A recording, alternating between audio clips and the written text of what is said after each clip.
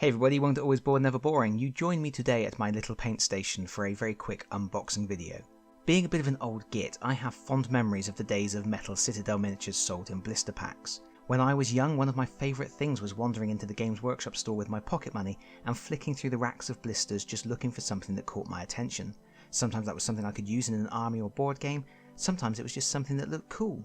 Of course, it's less common to see miniatures in blister packs these days, but if I ever wander into a comic store or game store and they have a bank of Wizkids Dungeons & Dragons blister packs, I'm immediately transported back to those heady days of my youth, and I'll probably spend quite some time just looking through the miniatures to see what catches my eye. So today we're going to be looking at a pack of Wizkids Nolzur's Marvellous Miniatures for D&D, specifically a pack of Mind Flayers, although I should say I didn't actually buy these myself. These were a gift from my friend Nick, who some of you may have seen in my early D&D playthrough videos. I must add, I have really been missing D&D. My group haven't got together to play because of the current global situation for a very long time now, and the epic tale of their quest to find the lost mine of Phandelver is still untold, but fingers crossed that will change soon.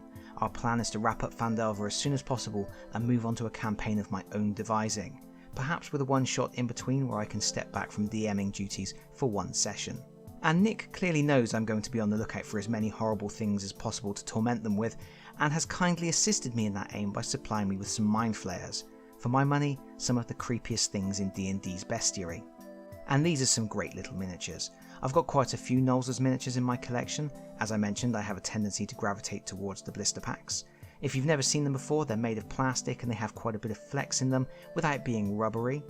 That flex does mean weapons are often a little bent, as you can see here with the staff, but you can sort that out with hot water treatment. You just run the bent part of the miniature under very hot water, or you dunk it in a bowl of hot water, reshape it as necessary, and then you can splash it with cold water and it will hold that new shape just fine.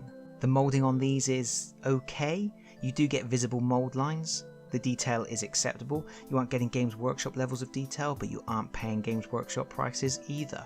Furthermore, these miniatures are obviously pre-assembled and they are also pre-primed. That means you can immediately start throwing paint on them. For busy DMs who just want some colour on the miniatures in preparation for the next games night, that's a big bonus. Most Nolzur's miniatures have a bit of scenic base moulded as part of the miniature, but they also come with separate bases. These are 25mm, scaled to be as useful as possible for the majority of D&D grids. All in all, these are very nice, and it's always a pleasure to add some more beasties to an ever-growing collection of nefarious fiends. Let's just get them straightened out with some hot water before I wrap up. And by the power of a jump cut, here they are. That's just a little hot water to straighten the poses and then a drop of superglue to attach them to the bases. These are now ready to go into the paint queue, although there are a fair few things in front of them at the moment.